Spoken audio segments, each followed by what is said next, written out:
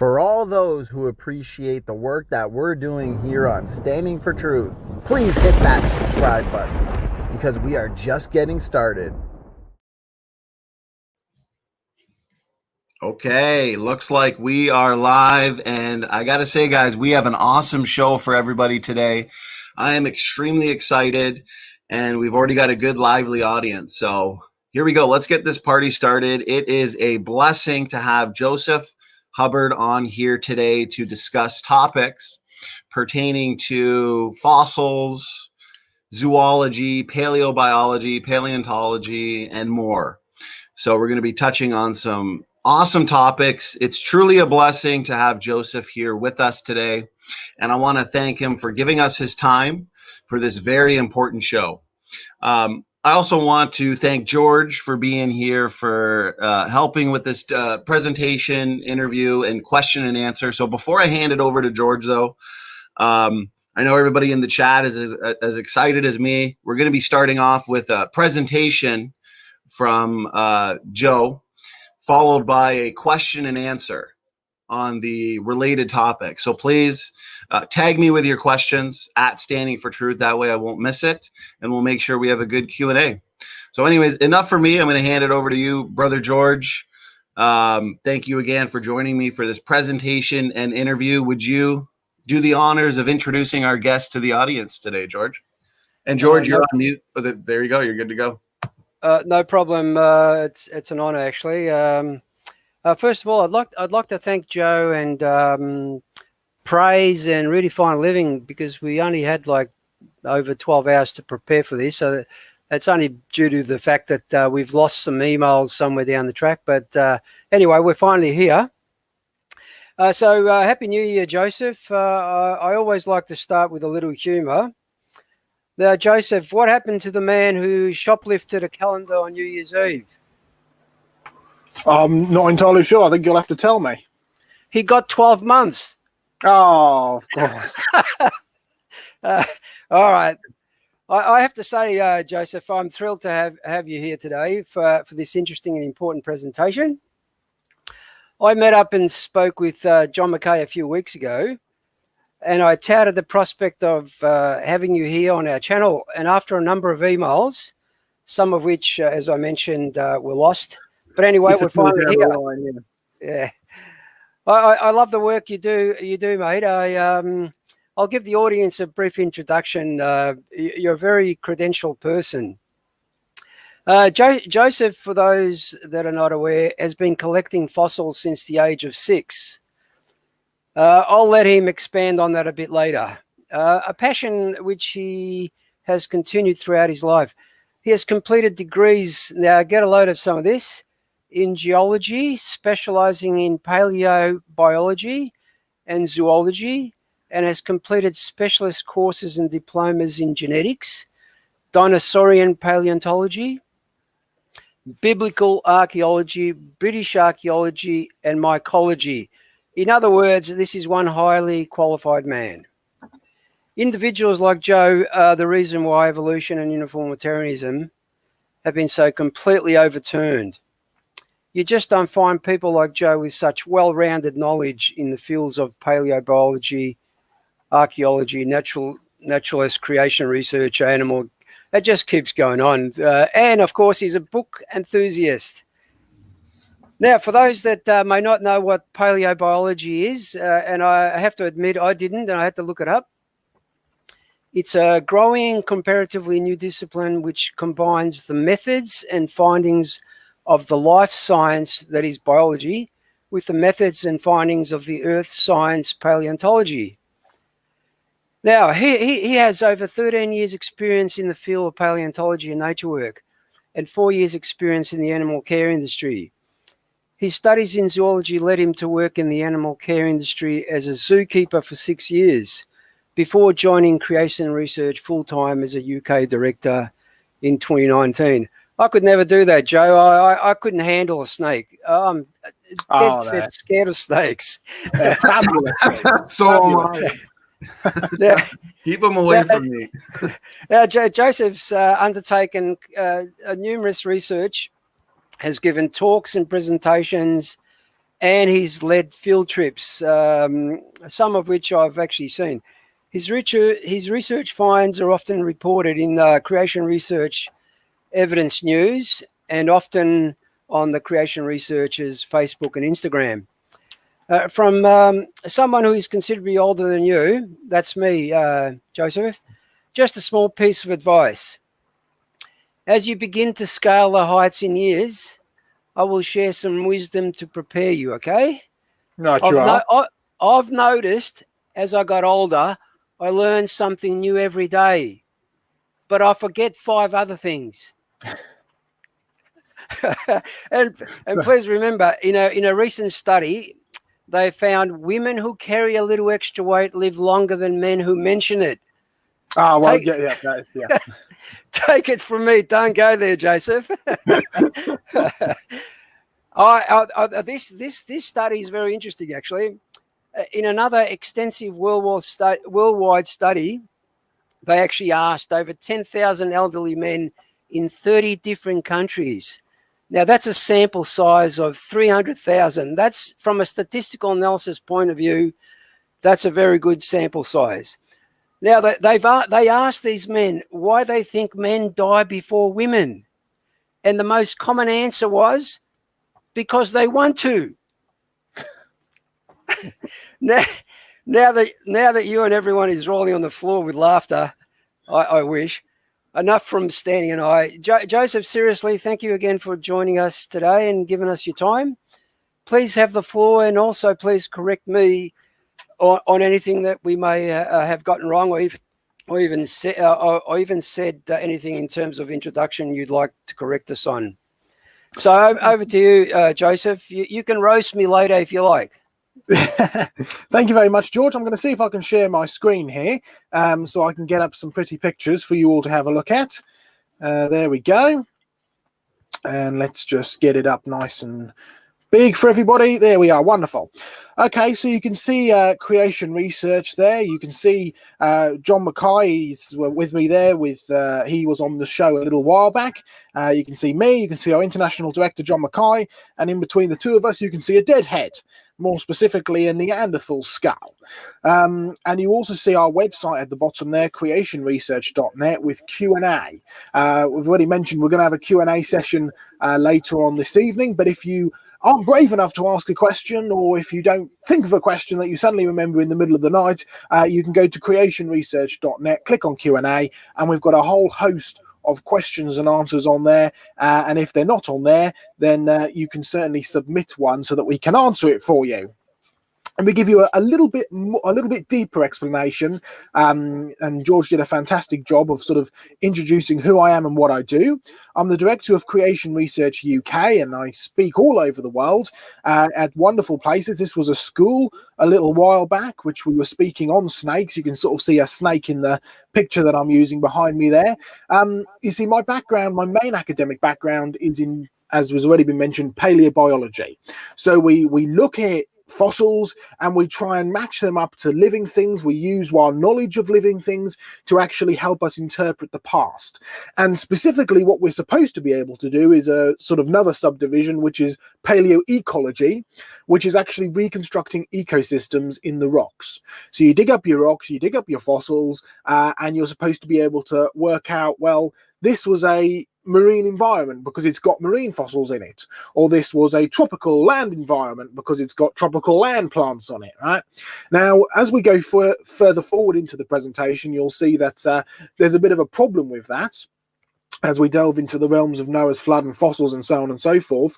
But the reason why I consider myself in a fairly privileged position, and the Lord has been so good to me over the years, is because, as mentioned, I worked as a zookeeper for 6 years in the animal care industry. So you get a real good hands-on experience with how the living creatures worked. And my work as a zookeeper, also, they ended up funding me to go and do an academic qualification, a diploma in zoology, specifically for zookeepers. So a nice sort of rounded, double-barreled academic background, as well as the various other sort of interesting things that I've gone off and done in the past. But the two main ones are zoology and paleobiology. We love to take people on field trips. As already mentioned, we love to take people to actually go and get hands-on evidence, get hands-on information, get hands-on research, and actually take people out to show them the truth. Plus, we do our own research sort of without the public. You can see here, I'm on the Isle of Wight here. This was a couple of years ago now, and you can see I'm excavating a dinosaur skull there, a back of a dinosaur skull. Some marvelous things that God has actually enabled us to go and find and allowed us to find and dig up and do some research. We often take cameras around with us as we travel, and we will end up filming our research projects. This is a brand new project which we've only just finished today, so praise the Lord for that. Land of Fire and Ice, dealing with that tricky, controversial subject of climate change. You see, I recently got married a few months back, and we decided to go to Iceland for a honeymoon because it was the only sort of country you could get into at the time without all the COVID restrictions and so on and so forth. My wife thought it was a honeymoon. I ended up having a sneaky agenda to wanting to go there because I wanted to actually document the history of climate. And we had a fantastic time, both on our honeymoon and actually filming and clambering up glaciers and doing some wonderful exploring, but it gives you a very interesting perspective on climate change, and more particularly important, an important biblical view of climate change and how that fits into the world around us. So you can find out more about that project again on creationresearch.net. We also have the Museums Project. John Mackay has been travelling and entering Europe and the UK for the last 30 odd years. That's 30 odd years of research. That's 30 odd years of fossils in our collections, which we've recently sort of collated together. I myself have been collecting fossils from the age of 6. As we've already mentioned. So we've got a lot of fossils, not just fossils though, but also artifacts, which include things like archaeological artifacts, geological exhibits, natural history, so stuffed animals and so on and so forth, which we're currently trying to get into a museum setup, including fossils like this. This was one of our donations a few years back. Can you see big fish? Can you see little fish? Can you see how little fish is coming out of big fish's mouth? Well, let's delve into this sort of realm of geology, and specifically dealing with fossils and paleobiology, and how does this all relate in a biblical fashion. Let's start by going to one of the perhaps the most famous, or certainly one of the most famous natural history museums in the world, the Natural History Museum of London. Also one of the oldest in the world as well, designed by Sir Richard Owen to look like a cathedral. You can see it standing in all its glory there. It looks very sort of cathedral or church-like. That's because it was sort of based off of a cathedral. It was designed, Sir Richard Owen, who founded it, designed it to be a display place of God's creation, including dinosaurs, which he believed, by the way, were the monsters that God made. However, if you go into these natural history museums today, you don't see Sir Richard Owen very prominently anymore. You see Charles Darwin, and you see lots and lots of fossils. Some spectacularly preserved fossils, some absolutely marvellous fossils from all over the world. And this is what they teach you in these museums. Fossilization, that is turning a creature into a fossil, is a really slow process. You see this in museums all over the world. Fossilization, according to these museums, requires a very slow process. All right, well, let's delve in a little bit deeper then. This is on a museum plaque here, actually. It's sort of been it's taken straight from a museum plaque. We've changed it slightly to get around copyright, but this is what they teach you in these museums. How to get a fossil fish. Step 1, a fish dies and sinks to the bottom of the lake. Step 2, the fish rots and only the bones are left, and so the fish is then covered with mud. Step 3, millions of years pass and the mud turns to rock. Over time, the bone matter is completely changed into mineral matter, and the fish is now a fossil. A simple 3-step plan to actually getting a fish fossil, according to the museum. And the point is, according to the museums, fish fossils are supposed to take millions of years to actually form. Millions of years for that mud to turn to rock. All right, well, let's have a Bible verse. 1 Thessalonians 5:21, test all things, hold fast to what is good. I love this Bible verse because it could so easily fit in a science textbook. This is what we are supposed to do as scientists. We have an idea, we have an observation, we formulate an opinion about it, and then we go and test it. If it holds up to the evidence, you hang on to it and you use it as a building block to get to the next step. If it doesn't hold up to the evidence, then you throw it out as no good. Of course, the best thing about this Bible verse is that it isn't in a science textbook. It is actually in the Bible. You see, it's a commandment that God has told us as Christians that we ought to be doing this, testing all things, hold fast to what is good. So let's do some testing. Let's take you to the Genesis Museum of Creation Research. That's our museum we're now setting up in Shropshire in the UK. Let's introduce you once again to our fish fossil. Now, I first found out about this fish fossil. There's been a few examples of them around the world. This particular one I found out when I was in a fossil shop down in Charmouth, a very famous shop, with this wonderful fossil on display, locked up behind cabinets. And I said, oh, this is marvellous. Can I take some photographs of it, please, so I can, use it in my presentations? And he said, yes, absolutely. And so as I travelled around and I was using this in my presentations, one of the people at the presentation, a long-time supporter, came up and said, hey, I want to try and raise the funds to buy this fossil for you if it's still available. Now, this was like 6 years down the line from when I first saw the fossil, so I had no idea whether it'd still be there, but I didn't want to discourage him. Like, yeah, absolutely, go for it. And sure enough, a couple of months later, he knocked on the door, and there was the fish fossil ready for me to have and take and put in our museum. It's a wonderful fossil. You can get some spectacular detail on it, on big fish and on little fish. And you notice what I've put there? Fossil rocks are fast rocks. You see, this is a concept that is really going to sort of, what this evening is really going to centre around, is that point that fossil rocks have to be fast rocks. There's no other way to actually get a fossil. What am I talking about? Well, when I first found this fossil and took photographs of it, when I initially began to use it in my presentations, I thought that this was a fossil of a big fish who was halfway through eating his lunch, and he'd been buried so quickly that he hadn't even had time to finish his lunch. That's what I thought. That's what's promoted in many of the creationist museums around the world that have similar exhibits like this, or in books and magazines. But test all things. Let's dig in a little bit closer. Can you see little fish? And you can see where my arrows, my red arrows, are pointing to. Can you see the little indentations of where... hang on a minute. Little fish is not in the process of being eaten. Little fish has already been eaten. You can see the indentations, the teeth marks, from where big fish has munch, munch, munch, munch, gobbled him down. And then something has so suddenly and so violently caught up big fish and squashed him that little fish has gone blop, and it's come out of his mouth. This is a fish which is currently vomiting a recently eaten meal. Fast rocks? Yeah, it's been buried so quickly with such a huge amount of force that it's literally forced the contents out of its stomach. And I don't know if you can see it there. Let's see if I can get a little laser pointer on here. There we go. If I show you down here, this sort of little straight thing here, this is actually another small fish inside. That's part of the backbone. Another small fish which is already inside the creature's mouth.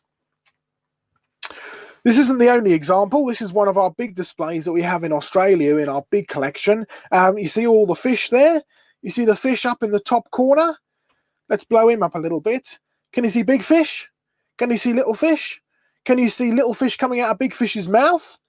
You see, this is exactly the same type of fossil as we have in the UK. The only difference is little fish is a little bit more digested. Hey, this is a fossil fish vomit. Something has caught this fish up so quickly and so suddenly and so violently, it's forced the contents of his stomach out into the surrounding area. Now, if you keep fish, or if you keep any sort of pets or whatever, one thing you know is that vomit doesn't hang around very long, and also neither does like fecal, feces, poo, fish poo. It disintegrates when it comes out. Vomit, when fish vomit, it just disintegrates into the disperses into the sea around it. If you want to actually get something trapped like this, you need to bury that creature, you need to bury that fish mixed into the sediment with such violence and such force that it forces the vomit out, but the vomit can't actually go anywhere. And so you end up having a fossil fish vomiting. All right, let's go back to step 1 of that 3-step plan. Can you remember what it was according to the museums? How do you get a fossil fish? Step 1, the fish dies and sinks to the bottom of the lake. Well, you've got your first problem there, because here's a dead fish. It's not sunk to the bottom in the slightest. It's floating on the top. See, this is because fossil fish, actually have something called a swim bladder, or a air bladder, or most fish do anyway. And you see, when they're swimming along and they die, this swim bladder will bloat, they will fill up with gas, and they will float. Because the swim bladder is actually there to help them with buoyancy. If they fill it up, they begin to float. If they let it out, they sink. Perfect if you're alive. If you're dead, you don't have any, control over it or power over it. So most fish, when they die, will bloat, they'll float, and then very, very quickly, they will actually become destroyed. Away, nothing left.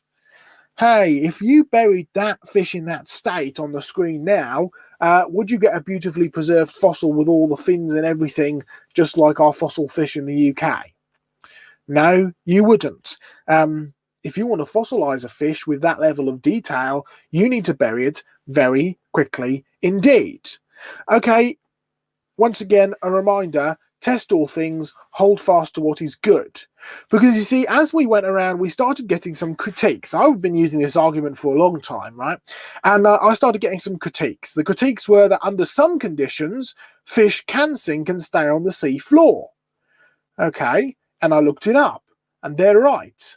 Under some conditions, fish can sink and stay on the sea floor. And they do this for 2 reasons. The first one is some fish don't actually have a swim bladder. Sharks are a classic example of this. Sharks just sink to the bottom of the floor when they die.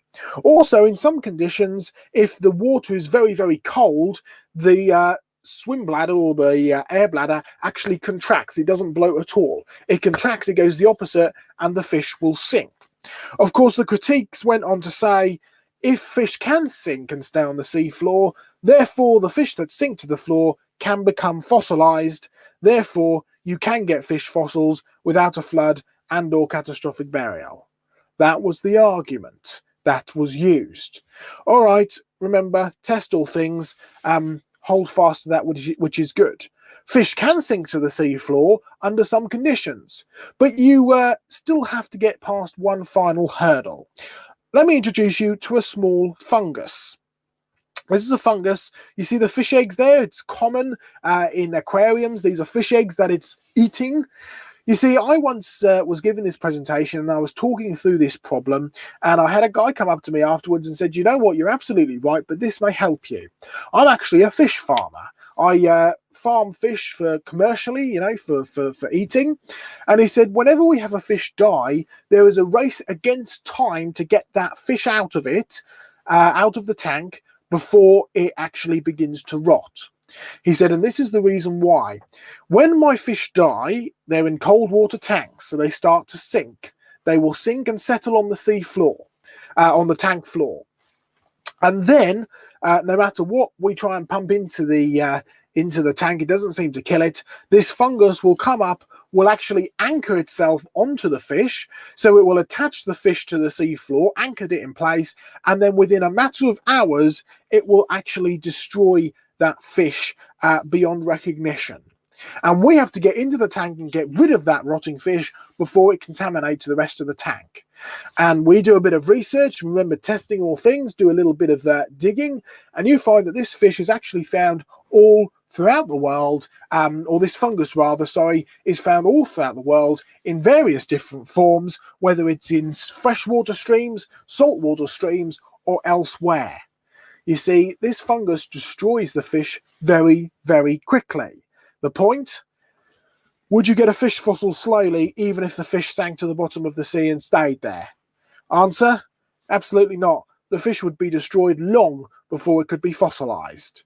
You see, if you want to make a fossil fish, you actually need to have three things in place. You need it to be buried extremely quickly, you need it to be buried very deeply, and you need it to be buried without the presence of oxygen. If you do not have those three things, you will never get a fossil. Our point, it's got nothing to do with time, but everything to do with the process. Get the process right, you get a quick fossil. Get the process wrong, it's not just a case of get the process wrong, it takes millions of years to make a fossil, because if you get the process wrong and you add time into the equation, then time is going to destroy your creature long before you have a chance to actually turn it into a fossil. Nothing to do with time, everything to do with a process. You can find out more about our fossils in Tights, Mites and Fossil Fights. I co-authored this book with John Mackay. You may well have mentioned it. If you go to creationresearch.net and click on shop, we've got shops in the USA, in the UK and Australia and New Zealand, so you can actually buy this fossil book, as well as many other evidences to show that the Earth is young. You can also find out more about our museums project. We're just in the process. You can see Creation Research Centre. Yes, I'm sorry to our USA listeners in. We spell centre slightly differently over here in the UK. So creationresearchcentre.com. We are going to start a project where we are putting up, hopefully one or two a day, a new artifact, a new fossil, a new exhibit onto our website. The website's still under construction at the moment, but we're going to try and get a new thing on there every day, so you can start to see our catalogue of absolutely marvellous fossils and artifacts and things that God has enabled us to be able to get over the years. You can find out more about the UK ministry at creationresearch.net or creationresearchuk.com. You can also find out about some fabulous fossil books for kids, like What Happened to the Dinosaurs, Tights, Mites and Fossil Fights, Your Questions About Creation Answered, Who Made All the Dinosaurs? Stuff for adults and kids alike, which really delves into that question of how do we know that the Bible is true from the very beginning? Here's another example, because we're dealing with fossils here. We're also dealing with Noah's flood. And what has that got to do with paleobiology? What has that got to do with fossils? Well, this is the UK. You can see Scotland at the top, England down the bottom, Wales is over to the right, and the little island, Wales is over to the left, sorry. And you can see the little island to the left as well is Ireland. Let's take you a little bit closer, because I'm going to introduce you to a research project of mine, which has basically been a lifelong obsession with this place. This is Hunstanton. Hunstanton is, well, let me show you exactly where it is. There's the UK again. England is the highlighted place. Over in the little red patch is Norfolk. That's where I originally hail from. Let's take you into Norfolk. There's, over there is West Norfolk. There's West Norfolk blown up, and Hunstanton is just about there. I mean, England isn't the biggest of countries in the world, and Hunstanton is just a tiny little portion of that country. What I'm going to try and do is explain to you a bit about fossils and the flood with Hunstanton, and then match it up to the world, so you can get a bigger perspective. All right, Hunstanton. What's so fascinating about it? Well, let's get behind the geology. You can see it's got some wonderful different colours there, 3 different colours. At the bottom you have the carstone, that sort of mottled brown rock there. It's a sandstone. In the middle you have the wonderful striking red Hunstanton Formation. That's a chalk, a red chalk. And at the top you have the Ferriby Chalk Formation, which is your bog standard white chalk, right? The Hunstanton Formation and the Ferriby Formation are full of fossils. Okay, let's get in a bit deeper. What are the supposed dates?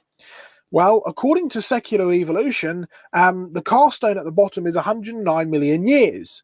The Ferriby Chalk Formation at the top is 99 million years, and the red chalk in between the two of them is 101 million years, supposedly. Okay. Remember our Bible verse earlier from 1 Thessalonians 5:21, test all things, hold fast to what is good. Let's actually do some testing on Hunstanton here, because you can actually take this principle, even though Hunstanton is a tiny, a tiny little segment of the world, you can take this principle and apply it just about anywhere. We are actually going to test those dates. Well, you find lots of fossils inside Hunstanton. You can see this wonderful fossil we dug up a few years back now. You see the curly whirly ammonite in the middle picture, the big curly whirly fossil, and sitting on top of that curly whirly ammonite is a shark's tooth pressed into the ammonite. And then to the right hand side of the ammonite, you can see a sea urchin. You can also see I've labelled the strata. Strata is layers, by the way. It's a technical geologist's term. You see the layers. Can you see how the sea urchin is actually sitting up through the layers? It's not sitting flat on the bottom at all. Now, this is very important as we delve into this, so bear that in mind. There's the sea urchin there. It's sitting up sideways. It's on its side. It's not lying flat. You see, one thing that, remember what my thing was, I was supposed to study paleobiology? Paleobiology is the study of living things in the fossil record, or certainly matching them up to ecosystems. Now, paleobiology teaches that creatures live, creatures die, and creatures get buried in the same place. Well, this isn't buried how it was living. It's been turned on its side. And you see the little green thing I've put on the top there? That's a modern day sea urchin that I picked up on the beach. Hasn't changed one bit, as opposed 99 million years old, and it's still a sea urchin. So it hasn't changed in that 99 million years. In fact, it's been doing exactly what God told it to do, which is reproduce after its own kind. Of course, that begs the question, if it's gone for 99 million years without changing one bit, why does it have to be 99 million years old? Interesting. Let's delve a bit deeper. Introduce you to another fossil, this time from the red chalk, that Hunstanton Formation. This is a brachiopod, by the way. It's about 2 inches tall for our American viewers. For UK, that's about 5 centimeters tall. That's what it looks like today. There's a living example on the right-hand side there, and on the left-hand side, you can see a diagram which shows you how this is supposed to sit up in the real world. You can actually look, if we go back a little bit, can you see, I'll get my laser pointer out, 1 second, if I can find my mouse, there we are. You see this little sort of hole at the top here? They all have this. This is where a little tube attaches. There's the tube just down there, you can see. It attaches it to the bottom of the sea floor, that's this bit over here, and it sits upright and it can open and shut the 2 halves of the shell. Now, this way that we had this brachiopod laid out is exactly how we find them in the rocks. In other words, they didn't live there and die there and get buried there, because this brachiopod is actually turned upside down on its back. Interesting what you can actually find when you dig these fossils up. They're all like this, by the way. There's a brachiopod, and there's another one. Can you see how it's sitting up through the rock? Can you see how the layers, there's the layers over here, and how it's sitting up through the layers? Interesting. All right, let's go back to the dates. 109 million years supposedly at the bottom, 99 million years at the top. How would you challenge this? Well, 109 minus 99 equals 10 million years. In other words, according to those dates, it took 10 million years to form, to lay down, to deposit Hunstanton cliffs, right? 10 million years to lay down Hunstanton cliffs, if the dates are accurate. If the dates are correct, it took 10 million years to create these. So how tall are they? Well, the cliffs there are about 20 meters or 65 feet. All right, well, I'm going to do a math equation now, and I apologize to our American friends. We're going to use metric for it because it's a lot easier to get your head around it. 109 million years at the bottom, 99 million years at the top. That means that it took 10 million years to lay down 20 meters of sediment if the dates are correct. So how do we test them? Well, it's simple. You take 20,000 millimeters, which, by the way, is the same as 20 meters. 20 meters is 20,000 millimeters. So it took 10 million years to lay down 20,000 millimeters. So you simply divide the height of the cliff by the time that it supposedly took to form it, according to the dates, and you get 0.0002 millimeters per year, or 0.00007 inches per year. I mean, that's a tiny amount. Can you put your fingers that close together? No. Okay. Ask yourself this question then. If these dates are accurate, that means that it took 14,285 years to deposit 1 inch of sediment, or 28,000 years to bury the brachiopod. Let me ask you another question. There's the brachiopod there. It would have taken about, in excess of 28 million years to actually just bury that brachiopod, let alone fossilize it. Would you ever get a fossil if it really took that length of time? No, you wouldn't, not in the slightest. That fossil, that creature would be destroyed long before. I mean, 28,000 years? That's a ridiculous length of time just to bury the brachiopod. And the beauty of this equation is that all we've done, we've put 2 things in, 2 pieces of data. One of them is an absolute piece of data, that's the height of the cliffs. The other one is you could call theoretical piece of data. It's the supposed ages that it took, the supposed time that it took to lay these cliffs down. And you get a ludicrous result. The point, it's got nothing to do with time, but everything to do with a process. If you want to fossilize these things, you need to bury them very, very quickly. Of course, again, you get lots of critiques as you go around. You see, chalk is a limestone. Limestone is supposed to deposit in shallow marine environments. It's supposed to take a very long time to form. And the critique was, well, deposition would not actually be constant when it was. You see, what we've done, we've taken the date at the bottom, the date at the top, we've worked out how long it supposedly took to form according to the date and divided it to get an equal measurement. And the argument is, well, that doesn't actually work because deposition may have sped up, it may have slowed down, it could be all over the place. Well, it's a valid critique, but it doesn't actually work. You see, what you then have to do is say, well, what does the evidence indicate about deposition? What does the evidence from the fossils actually show us about how these fossils actually formed? Delve in a bit deeper, you find that Hans Stanton has got a whole wealth of evidence. Fossils there were buried rapidly, there's no doubt about it. Just the simple presence of a fossil there shows that it was buried very rapidly. You find these rapid fossils buried all throughout the deposits. So the next question is, do you find evidence of currents and flow? Again, remember what I was taught in university as a paleobiologist. You're supposed to dig up fossils and reconstruct an ecosystem. The idea is that the creatures lived, died, and were buried in the same environment. So what evidence is there? Is there any evidence that these creatures did not live, die, and bury there? Is there any evidence that these creatures were swept into position? Well, yes, there is. I wrote this paper a few years back now, in 2017, titled The Evidence of Transportation and Rapid Burial in the Fossils of Hans Stanton. It was a 3-month research project into Hans Stanton, specifically looking for evidence of transportation. Transportation in fossil terms means evidence of fast-flowing currents which moved the fossils into position with a slurry of sediment and buried them in a transported state, as opposed to living, dying, and being buried in the same location. We looked for evidence of transportation during both the formation of the Hans Stanton and Ferriby formations, as well as while those fossils were being buried. What did we find? 93% of fossils showed transportation.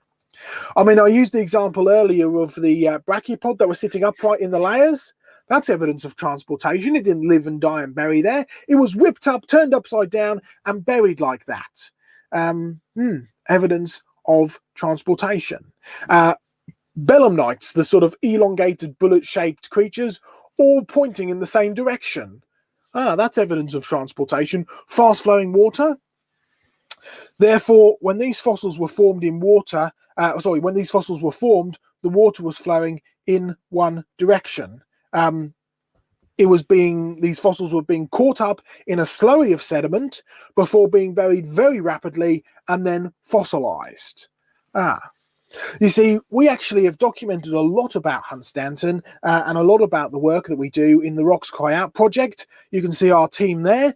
We travel around the UK filming documentaries, filming short little pieces of evidence about these locations and putting them up for free on our Creation Research YouTube channel that you can actually watch, so you can get a you can get to grips with some of the geology.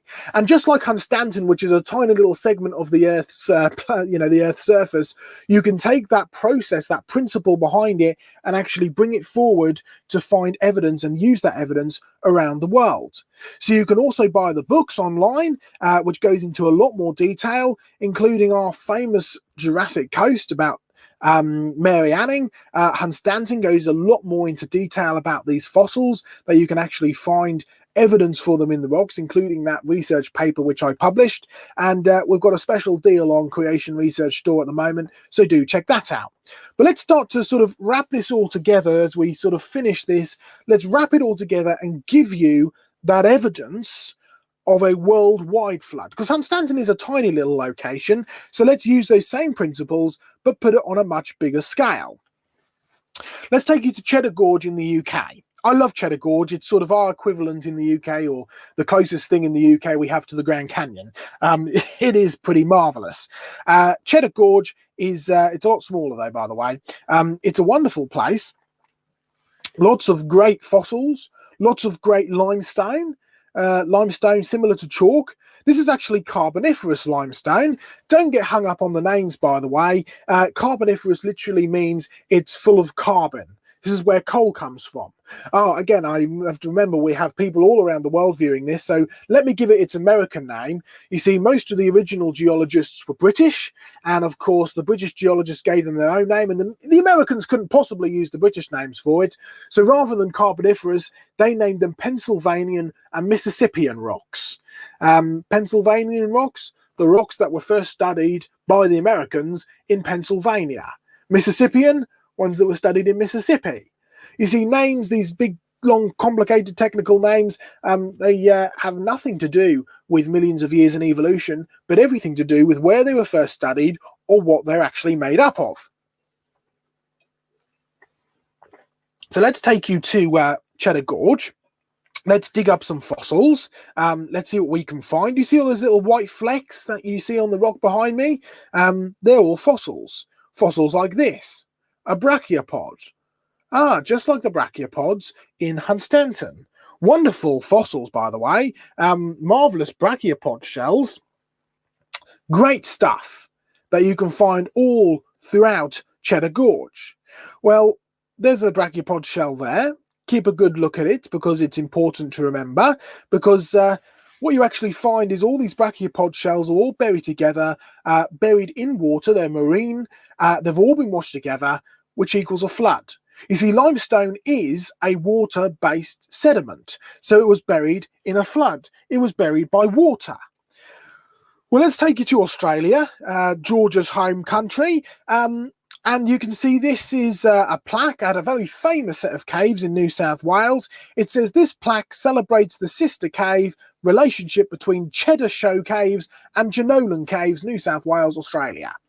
You see, Cheddar Gorge has many caves running through them, Cheddar, Goff's Cave and all sorts of marvellous stuff, and it's actually twinned with Jenolan Caves.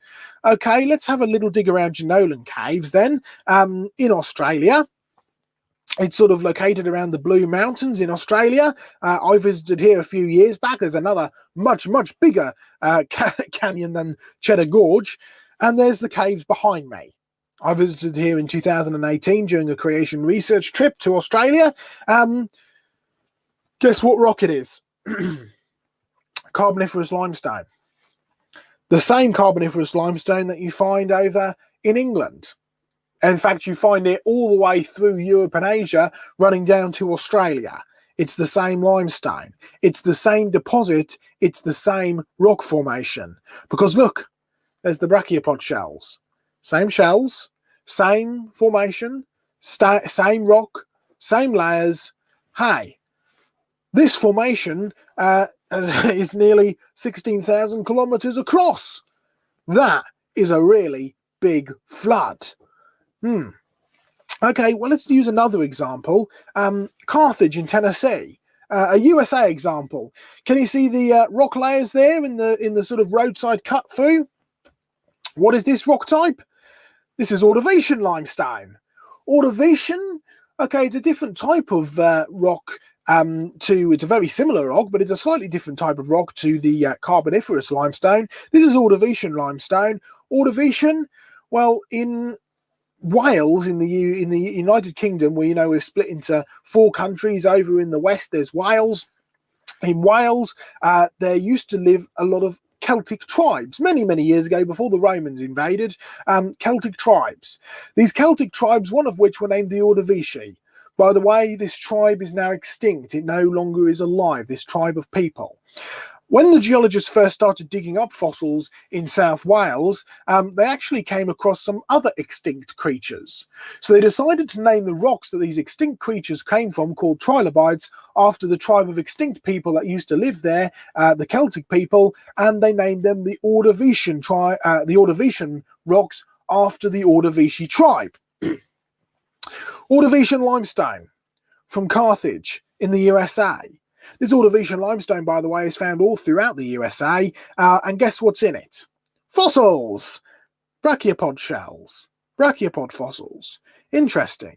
More brachiopod fossils. And a wonderful crinoid fossil mess. Look at all those fossils crammed together.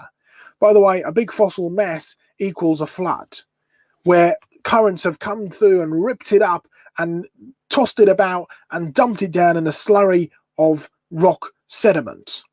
The point? It's got nothing to do with time, everything to do with the process. But I've said that before. All right, well, let's go back to the UK and make that same match that we did for Cheddar Gorge and Jenolan Caves. This is the Lake District. Very beautiful place, very famous place. Hey, look, it's Ordovician limestone. The same Ordovician limestone that was in the USA. In Carthage. Go inside some of our caves, wonderful waterfalls in there, wonderful limestone formations there as well. And guess what? Brachiopod shells. The same brachiopod shells that were in Carthage in Tennessee and are found all throughout the USA. Brecon Beacons in Wales. Guess what? Ordovician limestone with trilobites in it. They're the trilobites that had to do with the story of how the Ordovician rocks were named Ordovician. And there's another trilobite fossil from Carthage in the USA. Hey, this one is 6,460 kilometers apart, or 4,000 miles apart. That's a really big flood. But guess what? That is a really, really big flood.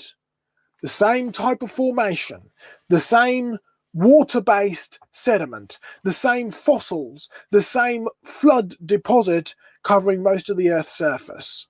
Hey, that's a really big flood deposit. You see, the evidence is there when you actually look. You just need to know what to look for. And again, it's got nothing to do with time, everything to do with the process. So what can we actually find out from these rocks? The stuff that's in Carthage, Tennessee, the White Cliffs of Dover, the Ordovician limestone, all this stuff that you find, the limestone formations around the world. Well, there's one important thing, and it really goes to show the not time but process point. Inside all of these caves, both in the USA, in Jenolan Caves, in Cheddar Gorge, you see these wonderful stalactite and stalagmite formations. Again, supposedly take hundreds of thousands, if not millions of years to form, because it's apparently such a slow process. Okay, test all things, hold fast to what is good, let's do some testing, let's actually find out how long it really takes to make these stalactites and stalagmites. So let's take you to my local village. This is the next village along from where I live in Shropshire. Chirk is just inside Wales, and it has a canal tunnel in it. You know the old English canals?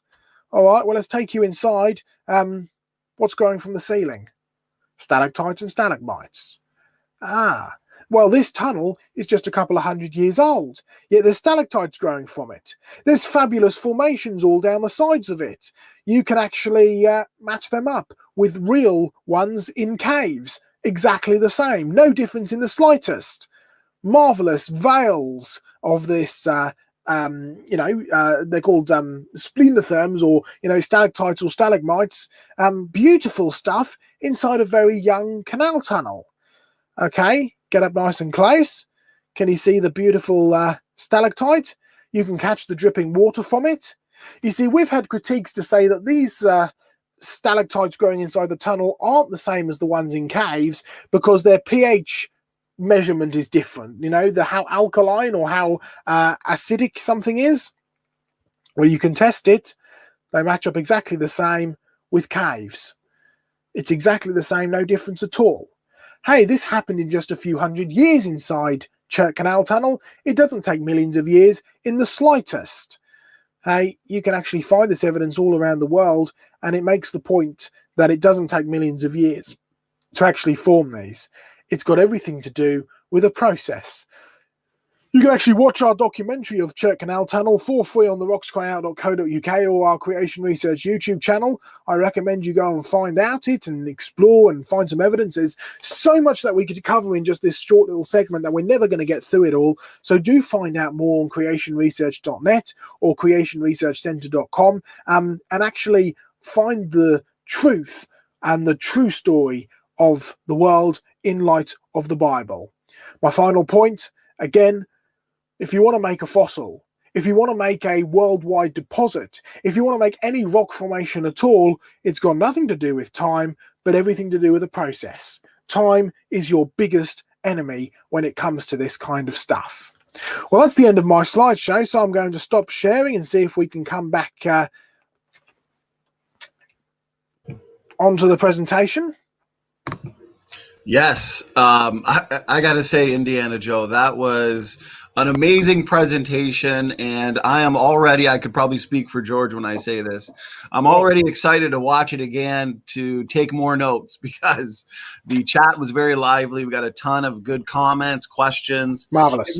It really reminds me, Joe, of 2 Peter 3, where the scoffers are willingly ignorant of all this undeniable and overwhelming is essentially evidence, that points to the global flood, the world that then was being overflowed with water perished. So, and also one thing I kept thinking is your presentation was so detailed and informative that you answered and essentially refuted many of the best critics' arguments and questions anyways. I mean, you touched on so many good topics. So I wanted to make those comments before we got into any specific questions. Great presentation, Joe. Wonderful, wonderful. And George, I don't want to hog the mic. So before I ask any specific questions, did you have any comments to make over the presentation, George? Or maybe you had a question you wanted to first ask? Yes, thank you. I've watched most of those videos you referenced, Joe. I'm an avid subscriber of Creation Research YouTube. One observation on your photos is the clear boundary between the layers. Most people don't realize that's evidence in itself of quick layering rather than millions of years. Otherwise, you'd see erosion and soil deposition, etc. Absolutely. But as an engineer, I've done numerous structural inspections on bridges, and I've even seen stalactites on under bridges. Mm-hmm. And those bridges weren't there for millions of years. No. But here, this is a specific question on limestone formation. Mm-hmm. There are critics, and some of them are in the chat at the moment, who claim that this could not have been laid in turbulent water flow. Can you provide an explanation for where all the limestone came from and how it was laid? I believe John McKay, I think in our previous YouTube presentation, as well as some conversations I had with him at his house, mentioned limestone is really a chemical process. Yeah, so there's two things to comment on it. The first one is where do we get the idea from that it's a shallow marine-based sediment? The other one is what is a different or alternative explanation to how this limestone actually formed, right? So the first thing you have to look at is, well, we get our idea of a shallow marine carbonate sort of calciferous ooze, as it's called beautifully, from modern deposits. right? We go out and we look, we find in the real world some of these chalky deposits at the bottom of shallow seas, which are slowly accumulating small things called coccolithophores. Coccolithophores are the sort of shells off of tiny little plankton, which they fall off, eventually clump together, sink down to the bottom of the sea floor, and begin to form this ooze. Now, this ooze builds up, and it's what is claimed to end up producing the limestone deposits. So it's forming around us today, right? But the argument is it happens so incredibly slowly that, and it really does form at the rates that very, very slow rates, like 1 inch per 1,000 years or whatever. It forms at extremely slow rates, and they say, well, therefore chalk and limestone, which has its base in this sort of ooze that we see forming today, must have taken millions of years to form. Well, there's a very simple way of disproving that and showing that you can't actually correlate the two, and that is to ask this. Number one, how many fossils are there buried in this califerous ooze or this modern day limestone or chalk? The answer, absolutely none, because it is not being laid down fast enough to produce fossils. Number two, are there any creatures being trapped in it that are not being destroyed pretty quickly? The answer, no. It happens very, very quickly. The creatures, anything that lives around it, just gets destroyed and dies. Okay, question three. Is the ooze that is being formed today in a pure form? Because you see, when we go to the White Cliffs of Dover, it is pure chalk. There's no contamination. There's no sediment or muck or, rotting stuff caught up in it. It's brilliantly preserved and it's pure. Well, no, in modern day ooze scenarios, it's full of sediment and sand and fish poo and scales and all sorts of gross gunge, right? Now, if you want to argue that the present is the key to the past, which is, by the way, where the whole idea of millions of years actually came from, but that's a completely different topic. Charles Lyell, who promoted the idea that the present is the key to the past, that we have to use modern day observations to explain past geological events. Well, that's how you get to the assumption that chalk has to form slowly and limestone has to form slowly. You go and look at modern day deposits and you see that they're forming slowly today. Therefore, that's how it always happened.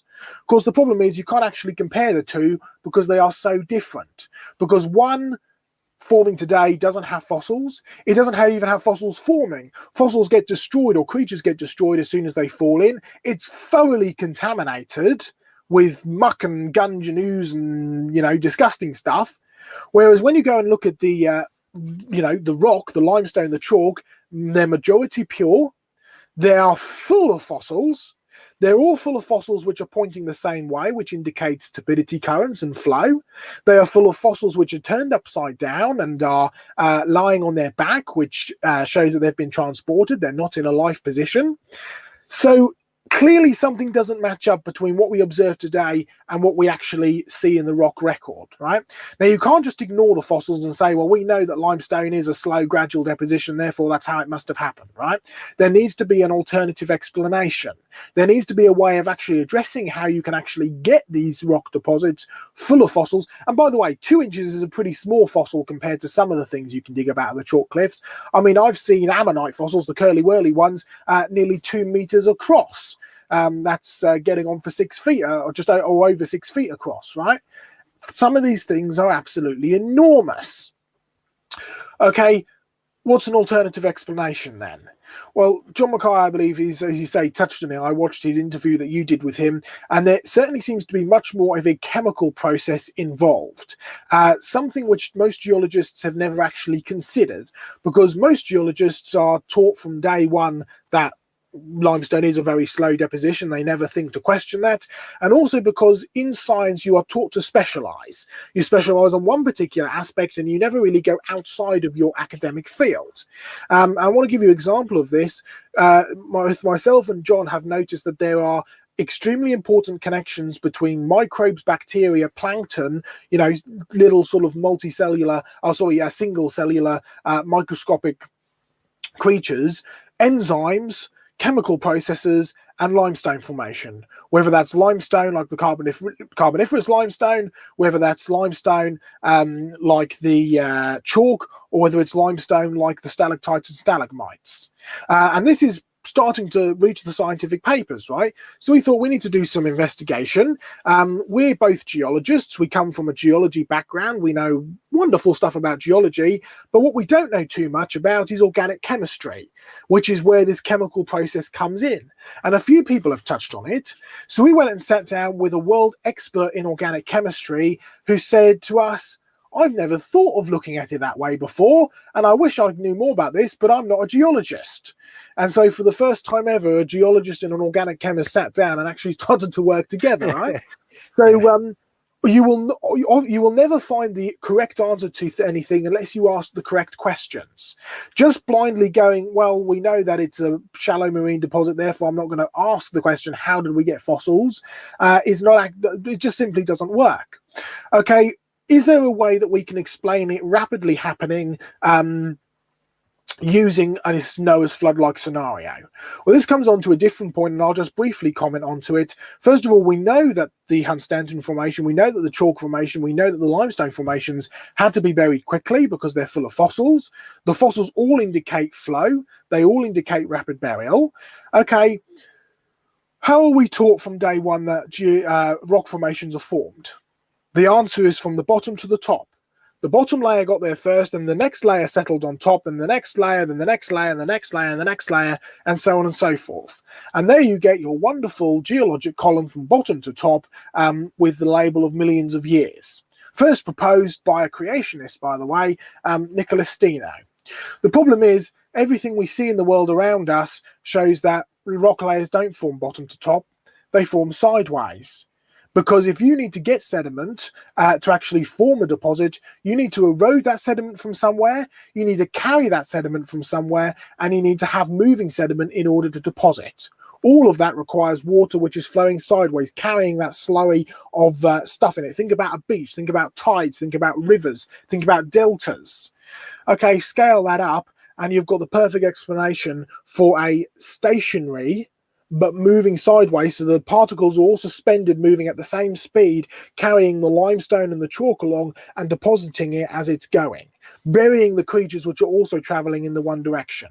Now, there's a lot more research to do about that. There's a lot more research to do into the chemical aspect of limestone, but simply saying we know it's a slow gradual deposition doesn't work. The fossils go to show that, and if you want to try and match it up to any slow gradual process, that is worlds away from anything that we see in the real world. Well, they have observed limestone during volcanic eruptions as well, Joe. But but going back to the limestone and the fossils, there are fossils that are found in limestone layers, and if we marry that up with that 1 to 3 centimeter per 1,000-year deposition rate, you find it's clearly impossible, because there's a video on YouTube where they show a dead carcass of a whale.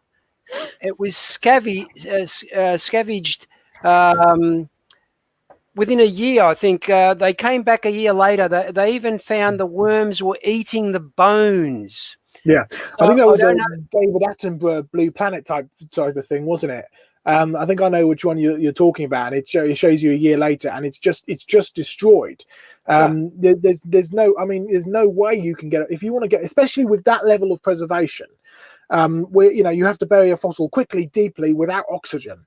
If it's going to be a slow, gradual process, even if you're talking 28,000 years, just to bury the thing, not fossilize it, just to bury it, you're never going to get a fossil. It's a ludicrous result.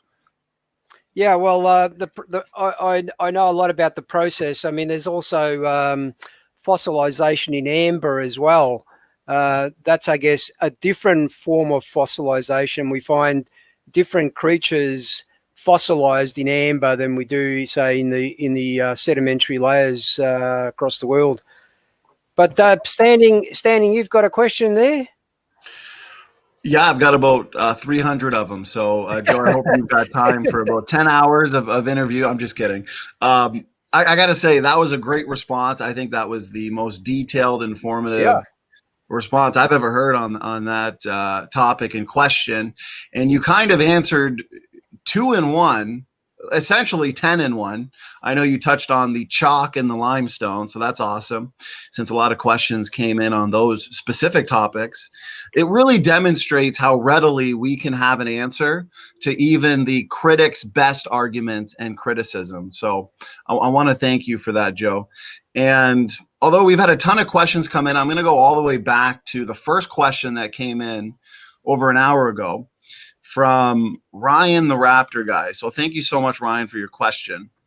And his question is for Joseph. What is your opinion on the flood slash post-flood boundary? Okay. A lot of creationists have done a lot of detailed research into this, and they've written many papers on it. And it's a fascinating study. It's where can we actually define flood and post-flood boundary? So which rocks are definitely flood deposited, which rocks are post-flood deposited? Now, creationists have been looking for basically ever since sort of the modern creationist phenomena has been around for the flood post-flood boundary. They still haven't got a definitive answer. There's strong opinions on both sides, but there isn't a definitive answer. And I think the reason that there isn't a definitive answer is because there is no such thing as here's a nice straight line that goes across everything. Everything above this is post-flood, everything underneath this is pre-flood. And that goes back to what I was alluding on earlier, to the process of sideway deposition, right? The geologic column was first proposed by Nicholas Steno in the mid-1600s, 1650s. He was a Christian, a creationist who believed in the Bible, believed in the Word of God, ended up actually becoming a monk. Because of his studies, sort of led him to Christ. And he's sort of considered the founding father of paleontology, because he was really the first person to say, hey, if you can find a creature in the rock, it probably is that creature just turned to stone, as opposed to the Greeks spread down through ancient sort of through the Middle Ages in Europe, which claimed that it was either the Greek gods that put them there as a joke or Satan had put them there to trick us, right? That was what they believed for millennia, basically. And it wasn't until Nicholas Steno first proposed them as fossils that the science really took off, right? So we have a lot to thank him for. And he said, I can see these rock layers. It makes the most sense that the bottom one got laid down first and the top one got laid down last. So that's how I'm going to do my right? Skip forward a few years and you get to James Hutton, who took that one step further and said, well, if the bottom layer got there first and the top layer got there last, that means the bottom layer is the oldest, the top layer is the youngest.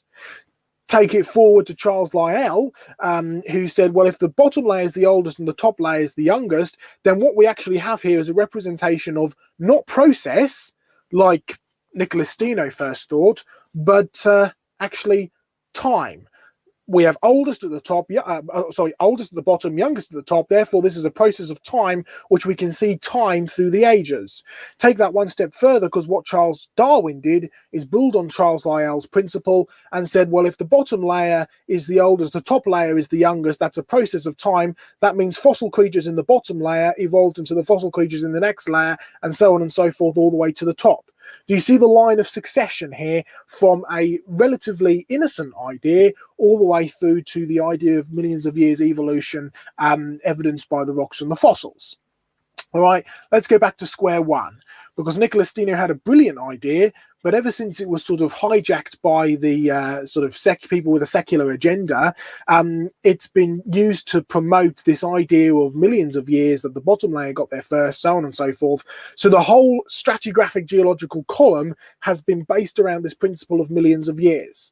And the problem is, I mean, you've done the classroom experiment, haven't you? You've got a glass of water, you put muck, and you put stones, and you put little pebbles, and you put big pebbles, and you put big boulders and sand in it. You put the top, you shake it up like that, and you watch it all settle bottom to top.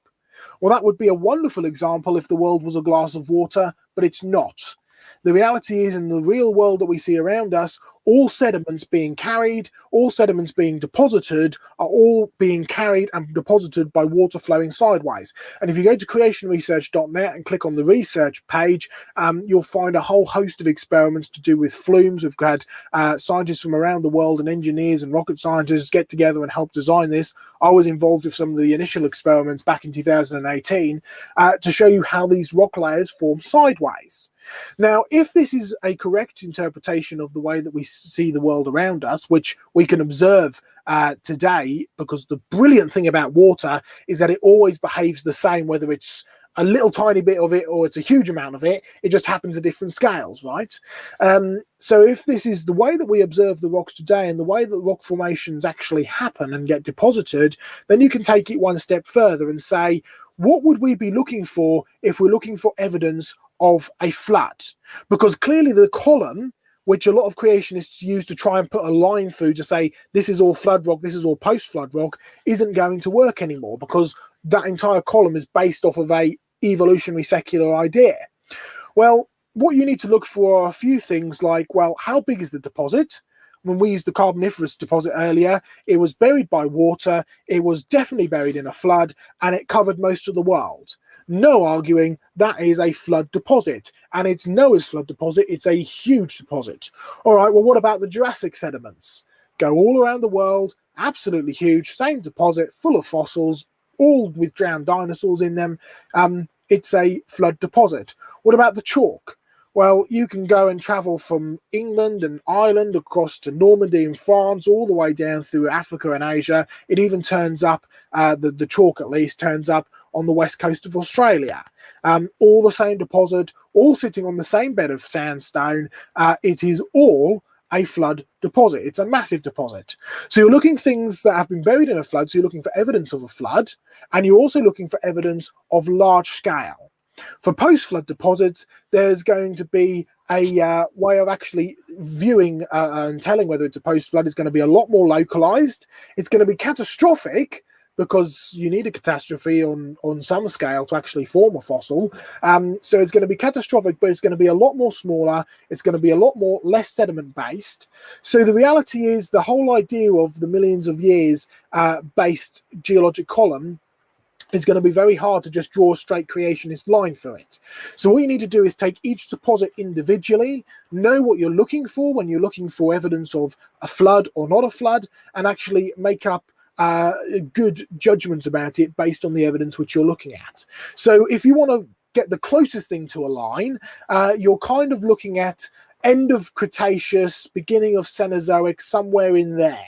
But there are some Cenozoic deposits, which I know many people like Mike Ward and myself believe are flood deposits. There are even some Cretaceous deposits, which I think could quite possibly be post-flood deposits. They're just too small to be on that larger scale. So I don't think you're going to find there's a nice straight line which shows you everything, because the straight line itself is based on the idea of millions of years in evolution, which is what the stratigraphic column is actually based on. So there's a few thoughts. There isn't a one size fits all answer, but hopefully that's a few thoughts to help you sort of take the investigation further.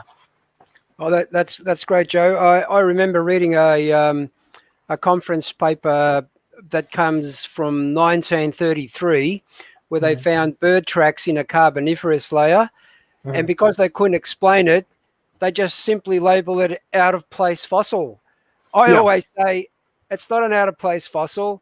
It's the theory that's out of place, not the fossil. Let me give you another very quick example. Going back to the Ordovician limestone, right, in Carthage in Tennessee. Done a lot of research. I didn't include it in here, but you can actually go and find fossil plants in the Ordovician limestone. And we've dug them up, we've shown them, we've taken photographs. It's even got little fossil thorns on them. It's a little tiny fossil called Sordonia. Now, there's a problem with having Sordonia in the Ordovician limestone. According to the theory of evolution, the land plants like Sordonia weren't supposed to have evolved for another 40 million years. So he took these fossils to the world expert in university in Canada on fossil thorns and Sordonia plants. And he looked at them and he said, yeah, no doubt about it, these are Sordonia, they're little fossil thorns. But where did you find these? We said, Carthage, Tennessee. He said, you can't have. We said, why? He said, because these are actually Devonian. they've got to be Devonian because the fossils are Devonian. Are you sure you haven't made a mistake?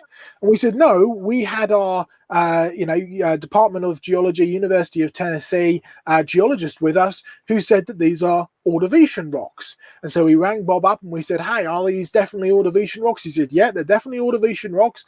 We said, well, we have a professor here who says they can't be.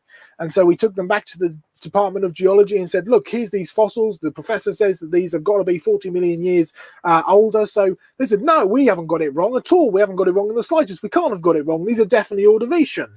So you see, there's little discrepancies all the way throughout it. And it just shows where the bias lies when you're actually coming to dating these rocks. They don't look through all the evidence. By the way, the fact that we found fossil thorns down there doesn't matter how old you want to claim that they are. What it means is that from a biblical perspective, those rocks were formed after Adam sinned.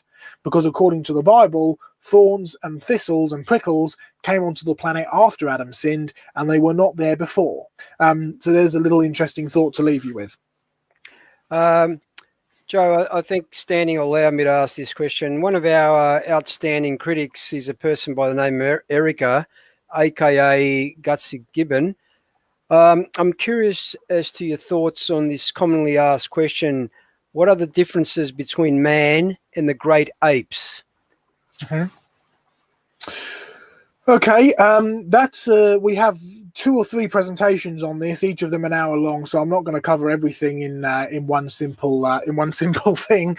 But first of all, let's just the one that's commonly proposed, or the similarity that's commonly proposed, is the DNA, or the fact that our bone structure is very similar, or brain, or so on and so forth, right? And you can great big thick books on evolution. I studied evolution at university, and the one thing that I noticed is that over and over and over again, they always talk about the similarities between us. What they never talk about is the differences. Yeah. Now, that to me is a very strange concept, because if you're trying to prove that we evolved from something, surely you want to take the differences into account, because it's the differences that determine how far along the evolution line you are. And it's just something that is never really discussed, the differences between humans and apes.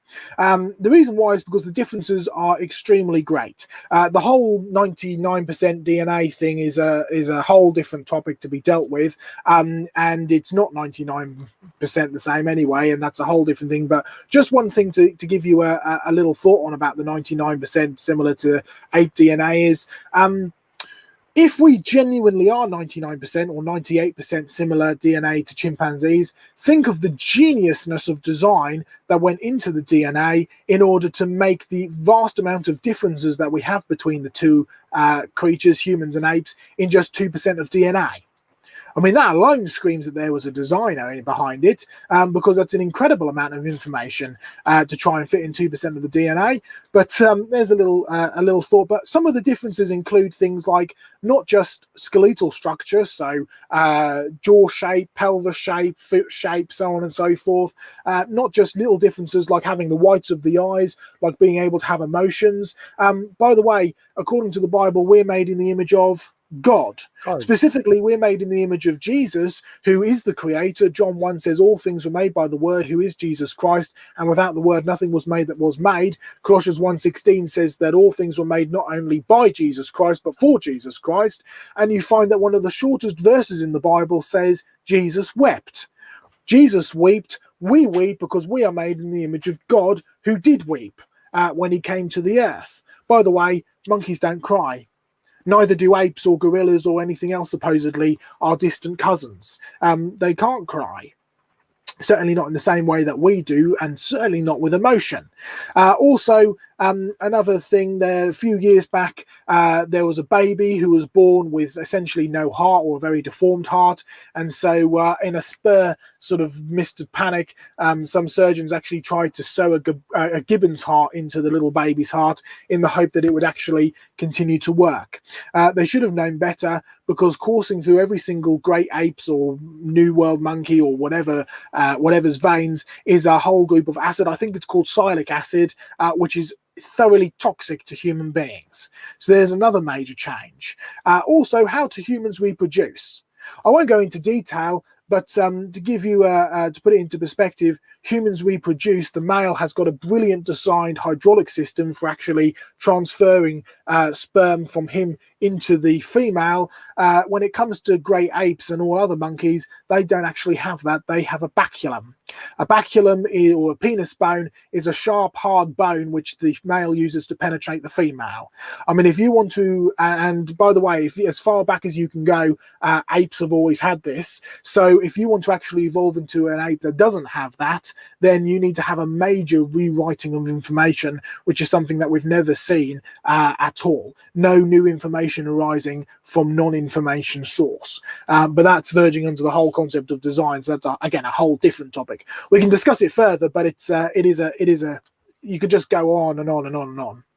Oh, definitely. Great answer, by the way. I guess the follow-up question was, what's the best way to determine whether or not a fossil or a bone is either human or ape when it comes to the fossil record?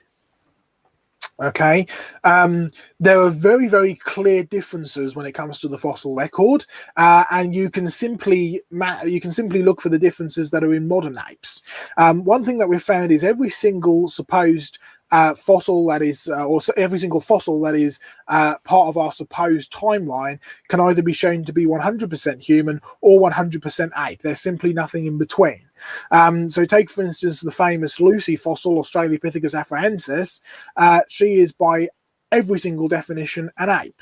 She has got a V-shaped jaw, a very sharp V-shaped jaw, rather than a U-shaped jaw like we have. She has a pelvis, even though the first one was sort of reconstructed to, or whether it was deliberately reconstructed or misreconstructed to look like a bipedal or two-legged walker. Newer research, newer discoveries have found that she was absolutely bipedal. She walked on four legs. The original Lucy skeleton had very little finger bones. Newer discoveries have shown that she has got finger bones, and they have got extreme curvature on them, which means that she was a knuckle walker like a great ape. Every single definition we can find shows that she was 100% ape. So there are specific things like shape of the jaw, shape of the hip, shape of the knuckles, and so on and so forth, that you can absolutely determine whether it is an ape or not. Likewise for humans, U-shaped jaws, upright pelvis, flat feet as well. I mean, the definition of apes is that they have four hands, they have four thumbs that they use for hanging on. So if you have a flat feet like a human, then that's fantastic. You've got evidence of a human if you find the foot bones. By the way, if you can do this, and hopefully you can all do that, because that means you're human. If you can do all that with your fingers, apes cannot do that. But that means that we can actually hold a paintbrush in a way that an ape cannot and use our creative skills to paint. But then that shouldn't surprise you, because we're made in the image of God, who is the great designer. Therefore, we design. Of course, we can't create things the same that God can create, because he's a lot more powerful than we do, but we create, monkeys don't. So there are very specific differences between apes and humans, particularly with their skeletal systems. So when you actually dig up ape fossils, they can all be shown to be 100% ape or 100% human. We have yet to find anything in between. George, if I could. Yeah, okay. Yeah, go on. It's just, I'm curious as to your thought, and you did kind of answer this, but we hear it over and over again, this assertion, and I hear it over and over again, made by the evolutionists. They assert that we are apes, humans are apes. And of course, they are basing this on man-made classification systems and taxonomy and nested hierarchies, right, in morphology, anatomy. What are your thoughts? What's your opinion when you hear that assertion that, hey, we are apes essentially? Yeah. So a few thoughts, which I'll just there. First of all, there's a scientific perspective, then there's a biblical perspective. The two go in hand, by the way. But if you want to get a biblical perspective, you'll find that we are created in the image of God, and no other animal is. So certainly, whether or not that you want to argue whether the image of God is transferred physically, there is absolutely a spiritual aspect to it there. We are spiritual creatures, and so we are made in the image of God, which means we can experience things like emotion. We can experience a spiritual relationship with God. That's what we were created for. So there is, first of all, a major difference between us and apes, according to the Bible. We are made in the image of God. Apes are not. And that's sort of transcends into the enormous amount of differences that you can find between the two as well. From a scientific perspective, it's interesting how much observation or how much opinion is flawed by personal agenda or preconceived ideas or presuppositions even. Now, I have a presupposition. I make no qualms about it. It's the Bible, right? But the secular humanist or the secular evolutionist who claims that he is neutral, that he doesn't have an agenda, is actually lying to you. He does absolutely. They always come with the preconceived idea that evolution is true, that apes evolved into humans, that dinosaurs evolved into birds, and that there is no God, right? They're all preconceived ideas for which you go into research to do. And so the results that you get are going to be affected by your preconceived ideas, by your presuppositions, right? There's no getting around that. It's the same for me, it's the same for you, it's the same for everybody on the planet, right? Because we are human beings and happen to be made in the image of God, and that affects the way that we do things, right? So what you'll find is that this assertion that humans are no more than apes, or just, you know, slightly larger, less hairy, overbrained apes, is in fact a direct contradiction of the word of God. It's also a direct attack on the word of God. It's certainly not upheld scientifically. I mean, the whole assertion, we'll go into a bit deeper, the whole assertion of the DNA 98 or 99% similar can be easily disproved. That's based on very, very old and very rather outdated information. But in a nutshell, the way that the information came about, that claim that we were 98% similar, is because they looked at certain aspects or certain structures of the way that our DNA is created. Right. By the way, we also share 50-odd% with a banana. It's about 70-odd% with a worm, and so on and so forth. Right. What you're actually looking at is you're looking at it from an evolutionary perspective to say, hey, we're really, really similar because X, Y, and Z. When the reality is, first of all, you need to look at the differences. We're not apes in the slightest. For the start, I'm standing in front of technology and talking to you and broadcasting it all over the world, and people are understanding that. Apes don't do that. Now, that may sound a bit cliche and a bit tongue-in-cheek, but follow the logic all the way through. Humans have got a spiritual aspect to them, which is all the way through the history, whether you believe in the true God or not. So there's definitely a spiritual aspect, which goes back to that being made in the image of God. But scientifically, the way that you do it is especially with the DNA, you're actually looking at similarities which are going to be similar. A better question would be, well, considering the differences, how great and amazing a designer this person had to have been to actually cram this amount of differences in such a small amount of DNA. Because the simplest little tiny difference can make completely different meanings. I mean, language is a fantastic example of that. And the classic example is, God is now here. Now, you don't have to change a single letter. You don't have to switch a single letter about, add anything in. All you have to do is delete one space and you get God is nowhere. A completely flipped meaning to just a tiniest percentage of change. So just because we have similar DNA, even if we do have similar DNA, doesn't mean that we're related to them in the slightest. Joe, there are a couple of theistic evolutionists in the chat I've noticed, and I mentioned those bird tracks in the Carboniferous layer that they classified as out of place fossils. Mm-hmm. They claim that birds evolved from dinosaurs, okay, because of feathers on Archaeopteryx, etc. What would you say to a theistic evolutionist about God creating a process of evolutionary change that involved deformations, mutations, disease, death? Would a God really do that? Well, he certainly could have done that. It's a perfectly valid way of God creating had he wanted to do that, but ultimately, so what about all the different ways that he could have done something? What I'm really interested in is how he did do it. I mean, a lot of theistic evolutionists get hung up over the idea of, well, God could have done this. And the answer is absolutely he could have done. He's God. Of course he could have done it. The issue is not could he have done this. The answer is, or the issue is, what did he do? You see, we have to start with the Bible as our authority, which, by the way, the doctrine of creation is directly connected to the legitimacy of Jesus Christ as our Saviour. Let me show you why. The chronologies which you find and the genealogies, I mean, they're pretty boring. You know, so-and-so begat so-and-so begat so-and-so begat so-and-so, and then you fall asleep, right? But they're there for a very important reason. They're there to prove who Jesus Christ is. That's why the genealogies are there in Matthew and Luke. They're there to prove who Jesus Christ is, that he is legitimately descended, not just from David, like the prophecy said, but also from Adam. Why is it so important that Jesus Christ is descended from Adam? Why is it so important that he's 100% God and 100% man? Well, the reason is that if you read in the book of Leviticus, I think it's in chapter 13, it talks about the responsibility or the commandment of a redeemer. If you're going to redeem somebody, if you're going to try and redeem somebody who's done wrong, you have to be related to them. There's an order of kin. Right? So in order to actually redeem somebody from something they've done wrong, if you want to step in and take their place or take their punishment, you have to be related to them. That's a law of God. Also, there's this issue of priesthood. Jesus Christ is our great high priest, right? Well, you can read in Ezra chapter 3 about, I mean, Ezra's the priest who's coming back from captivity, taking some of the children of Israel and setting up the priesthood in the promised land once again after they've been in captivity, right, with the Babylonians.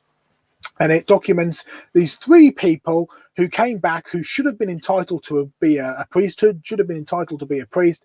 The problem was they'd lost their grandfather's birth certificate. They had one missing link, and they could not actually prove who they were. They couldn't prove that they were legitimately from the line of priests. Therefore, the Bible says that they were cast out as defiled.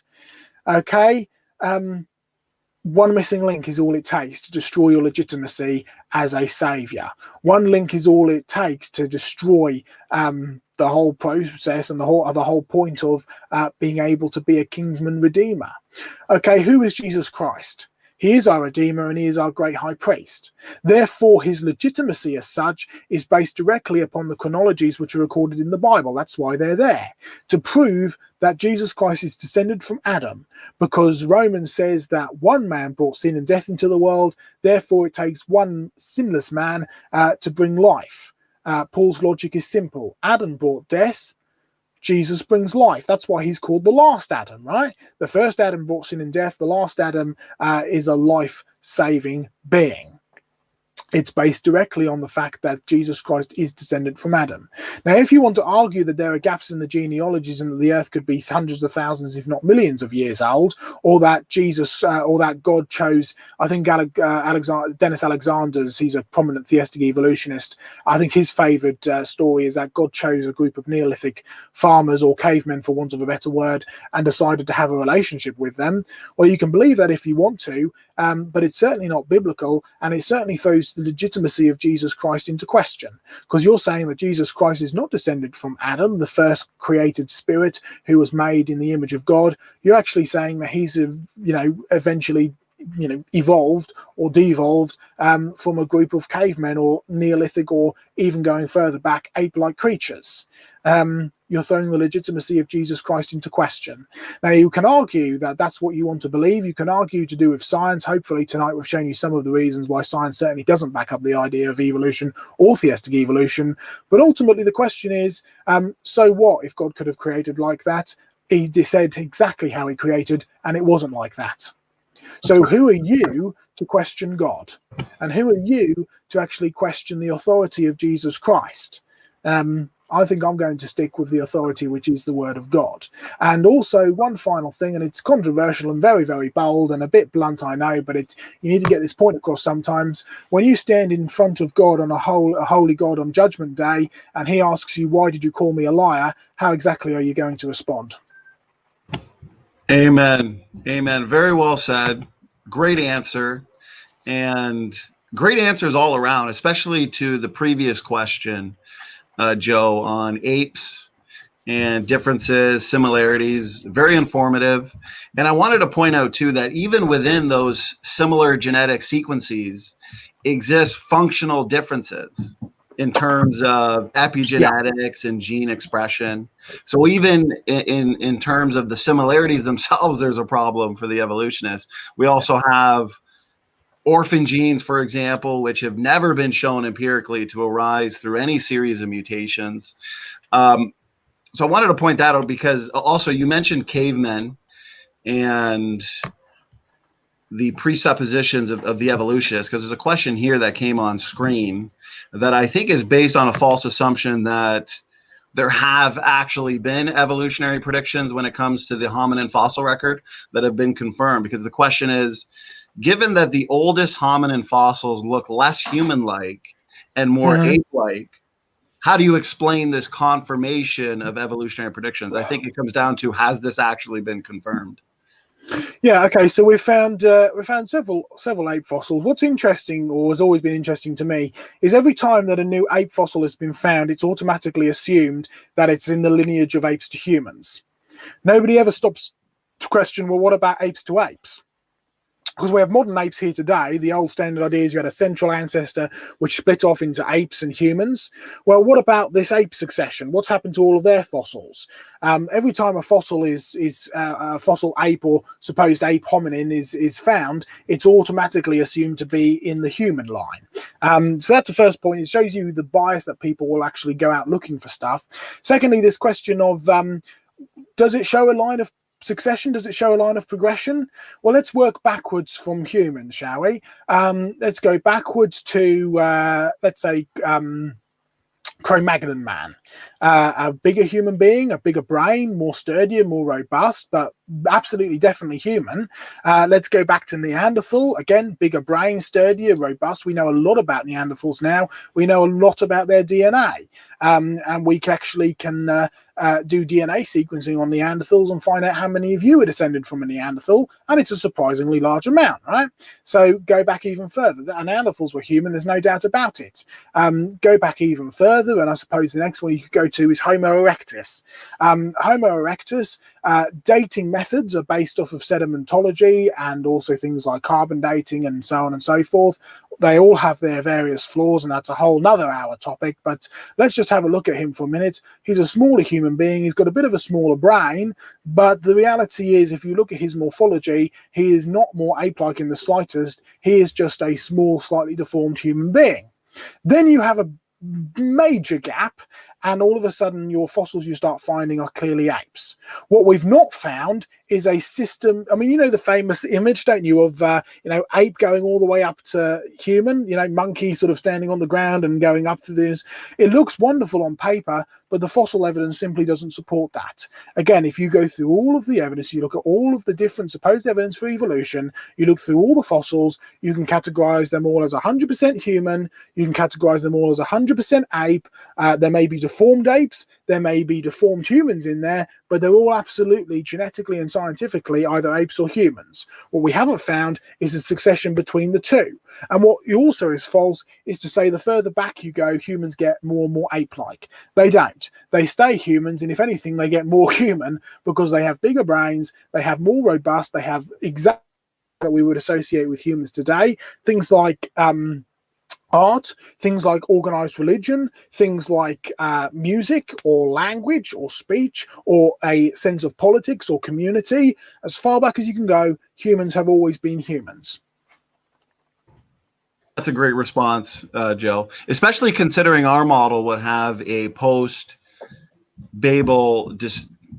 dispersal. So you would have a lot of isolated people groups. You may even have some isolated ape types. And therefore, inbreeding and mutation accumulation can lead to what you're talking about, deformities and mutation-related diseases. So it seems like a lot of evolutionists, they'll pick up these atypical bones, these anomalous bones, and they will hold it up like it's some big transition, when in fact it's just pathology and disease. So that's really That's something that is a problem in all of paleontology.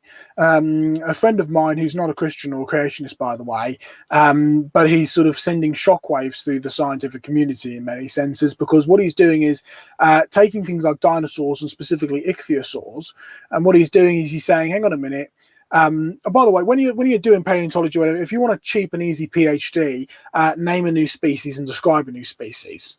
Right? It's the easiest and greatest way of doing it. So scientists are constantly looking, especially students are constantly looking for new species, right?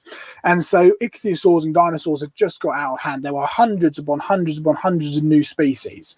And what he did is he went through specifically ichthyosaurs, the sort of swimming dinosaurs they're called, or they're not really dinosaurs, sort of swimming marine reptiles. He went through them all and said, hang on a minute, that's got arthritis, that one's just a baby, that one's slightly fat, that one's got this bone disease, that one's just so on and so forth. And he actually condensed several hundred down to just 40 different species.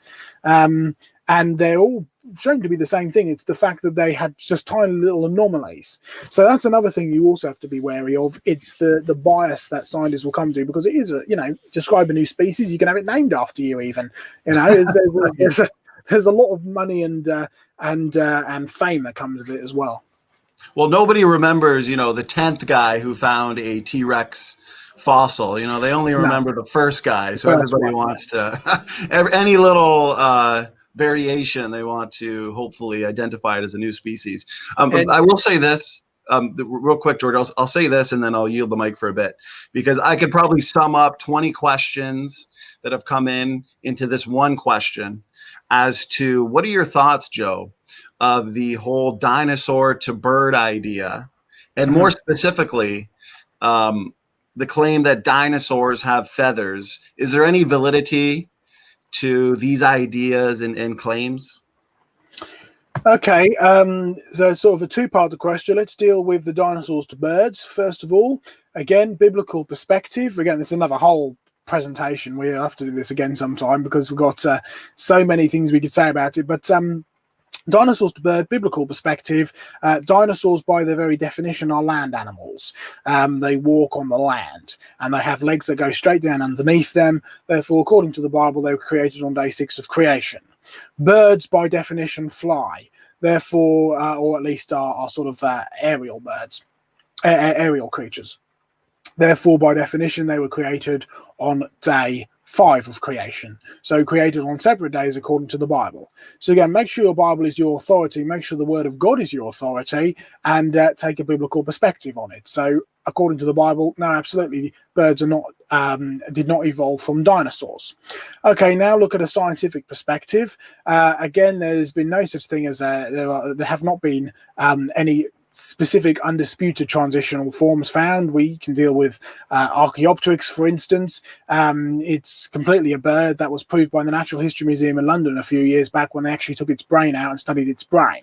Because the argument was, well, it's a bird that's halfway between a dinosaur and a bird, because it has feathers, but it also has teeth and it has claws on its wings and so on and so forth. Well, none of those are unusual. We have birds with all of them today. It's just all condensed into one with Archaeopteryx. But what they did is they actually extracted its brain out of the fossil itself, and ended up basically showing this is a bird's brain. There's no doubt about it. But there's a lot more to creating a feather than just or creating a bird than just sticking feathers on it, right? You have to redesign the entire thing.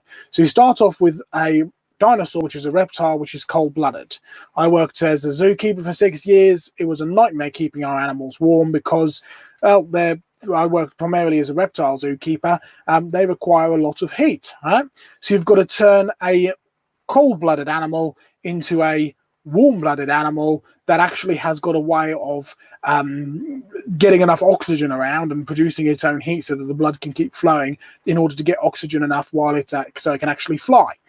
Then you need a breathing system, because our breathing system is no good. A reptile's breathing system is even worse. So you've actually got to get a breathing system which injects oxygen into the bloodstream, both on the intake of air and on the outtake of air. So they have a special sort of double-barreled lung system. We breathe in, and the oxygen goes to the blood. We breathe out, and we get rid of oxygen, and then we breathe in again, and so on and so forth. Whereas the double barrel system in the bird's lungs is constantly delivering oxygen into the bloodstream. So very, very clever. Then you need to get rid of the brain, get rid of a reptile's brain, replace it with a bird's brain, which is a phenomenal thing. So in other words, in order to turn a reptile like a dinosaur into a bird, you need to have an incredible amount of new information implanted. Now, one thing we've never seen is any kind of mutations creating new information. They can delete information, they can change around information that's already there. Vast majority of that actually destroys a creature, but they cannot make new information. That comes back onto the question of, well, what is a design? And how would you recognize whether something was designed? Now, the very definition of design is if an object or a design or something has got properties which do not come from the original material source, then that thing has been designed. So a very easy example is an aeroplane. What is an aeroplane? It's a 100% flying object made out of 100% non-flying parts. Each constituent material does not have the inherent property of flight. However, the end product, the plane, has got properties that do not come from the material parts, therefore it's been designed, right? What is a car? A car is a 100% moving object made out of 100% non-moving parts. What is a computer code? Well, a computer code is ones and noughts, right? By themselves, they have no inherent information. They certainly don't make a computer code unless somebody who is cleverer than the computer code, who existed before the computer code, and is far smarter than the computer code, actually made those ones and noughts do what those ones and noughts do not do by themselves. You design a computer code, right? The end product, the code, has properties which do not exist in the materials that it is actually made of. All right, well, what is the inside, what would majorly need to change in order to turn dinosaurs into birds? Answer, their DNA. Well, what is DNA? It's sugars, phosphates, carbons, and nitrogens. Each one of those things you probably ate for your breakfast, right? On their own, they do not have the inherent property of DNA. They're just, on their own, they just don't code for anything. However, DNA is perhaps the most complex coding system that we have ever come across, ever. It comes nowhere, our computer codes and our systems come nowhere close to DNA in terms of condensing the information, the amount of information. Yet DNA can also repair itself, and DNA can also replicate itself. The end product has properties which do not come from the original source, therefore DNA is designed by definition. By the way, DNA is actually designed to not evolve, because the driving factor of evolution is supposedly mutations, and then natural selection gets rid of the bad mutations and leaves the good ones, right? But inside every single one of your cells, including inside every single living organism, your DNA has a special property which means it corrects mutations. Now, we live in a fallen world, so it doesn't always work brilliantly, but the reality is your DNA is designed to not evolve. So you've got yourself a major problem if you want to argue that evolution is actually the way forward. So there are just so many problems with biologically with dinosaurs evolving into birds. So let's briefly deal with the fossils. More specifically, let's deal with the argument that, or the idea that we found dinosaurs with feathers. Now, some of them have been completely disputed. They are either 100% birds. Some of them have been disputed in the sense that they've been shown to be collagen fibers, and some of them do look very much like feathers and dinosaurs. Now, there's an old sort of creationist, I don't know what you call it, paradox or whatever, where they've gone by definition, only birds have feathers. Therefore, if we find a dinosaur with feathers on it, it must be a 100% bird. Now, that's a circular line of reasoning, and I admit that, right? And there are many creationists out there who look at fossils of dinosaurs with supposed feathers on them, and they say, oh, look, they've got feathers. Does that mean they believe they evolved from, they're evolving into birds? No, it doesn't. Does the presence of feathers in dinosaurs mean that dinosaurs are on their way to evolving into birds? No, it doesn't. Again, going back to the design point, going back to the DNA, going back to the major problems that there are with evolving. However, personally, I have yet to be convinced of any of the supposed feathers on dinosaurs. We have found many feathers in the fossil record. They are beautiful and brilliantly preserved and abundant as well. In every single case of the dinosaurs, they are very, very badly preserved, and there are 100 different other explanations for what they could actually be. Now, it's a controversial topic for creationists as regards to whether or not these are actually feathers or not. I'm of the opinion that they're not. I may well be convinced otherwise in the future as we do more research, but I think that there hasn't been enough research even on the evolutionists' part yet to actually determine whether they are feathers or not. But regardless of it, even if they do turn out to be feathers, and definitely feathers, which I'm skeptical about at the moment, but even if they do, does it prove that dinosaurs are evolving into birds? No, because you still need a mechanism for actually how they evolve. And that's something which has been disproven over and over again. Plus the biblical point that we know, according to the Bible, birds were created a day before dinosaurs anyway. So there's another problem for you, especially theistic evolutionists, to get your head around. Again, why are you calling God a liar? Yeah, thanks, Joe. Look, I'm just aware of the fact that we're almost nearly into 2 hours, and you must be getting exhausted, mate. It's heading towards midnight here where we are in the UK. So yeah. I've just got one question before we get to some super chat questions, and we'll finalize the presentation. With birds, there's also the navigation part. You know, how do you evolve? But what are your thoughts on the select few so-called transitional fossils the proponents of evolution point to? I'm referring to Archaeopteryx, Tiktaalik, and the mammal-like reptiles. Mm-hmm. Yeah, well, the mammal-like reptiles are interesting. As are many of the other transitional fossils. Again, what we've not found is a creature. It depends on what your definition of a transitional fossil is at the end of the day. If you already believe in evolution, then you're going to believe that such things can exist, and so you're going to look for evidence of them. If you believe in creation, then you believe that God designed creatures with a certain amount of diversity, a limited diversity, but they're going to be able to diverse into that. What we haven't found is a creature which is specifically halfway to evolving into a different creature. So Tiktaalik is supposedly a fish on the way to evolving legs, right? It's not. We found fish similar to them alive today. Coelacanth is a classic example, but it's just a very special design type of fin. We haven't found a fish that has got legs sticking out and it's able to breathe on the air, or so on and so forth, right?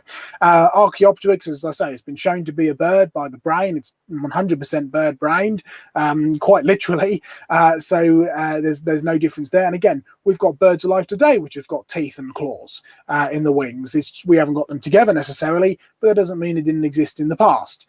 The real problem with all of this goes back to really what is your how are these creatures actually going to evolve, or how did they evolve? Because again, going back to the point that I made with design, by definition, DNA and everything inside it is not only designed, but it's also designed to not evolve. So you've got to get past that issue as well. So again, I mean, transitional fossils is again another topic you could go on for hours and hours about, but it really comes down to ultimately this whole thing, this whole issue comes down to who is your authority.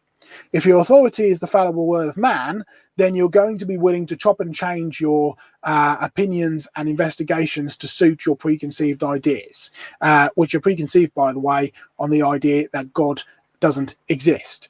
If your authority is the word of God, or at least if you claim it is, then you need to take him as his word that what he said was actually true.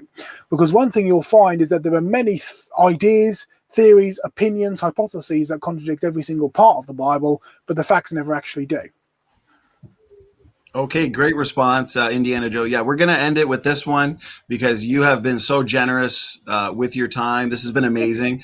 I'll say people are loving you. We've got about 10,000 questions. So what we'll do is I'm going to save all the questions, guys, and for the day that we can have Joe on again, because it's been so awesome and you are an encyclopedia of information. So God bless you. You have been such a huge help.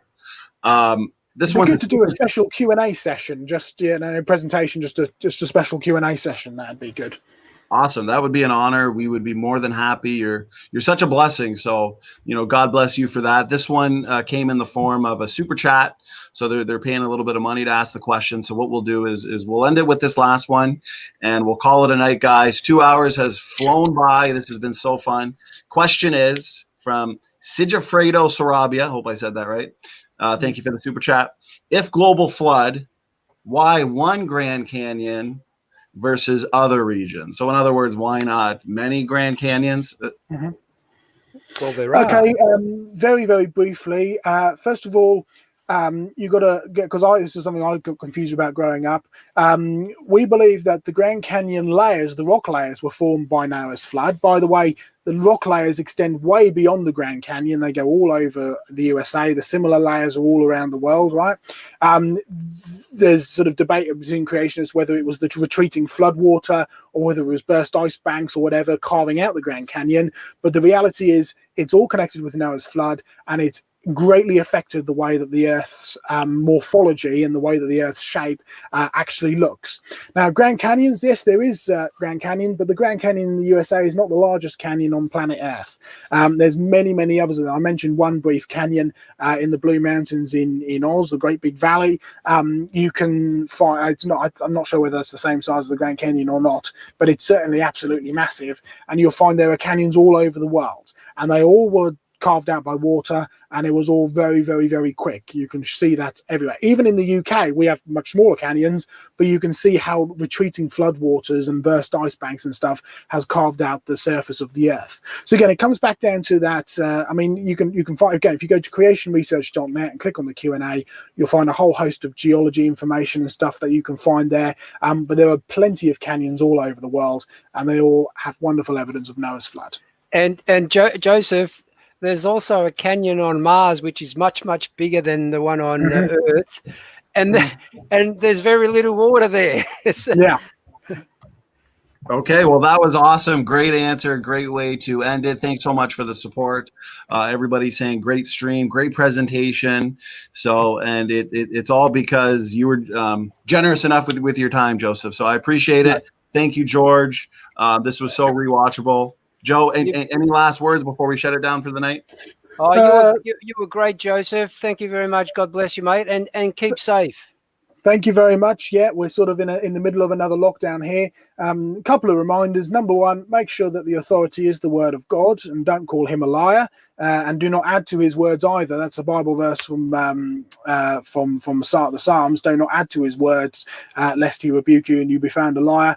And remember, when it comes to geology and fossils, nothing to do with time, everything to do with process. Amen. Well said. Well said. Great way to end it. So God bless you, and God bless everybody in the chat. God bless. God bless you, Joe.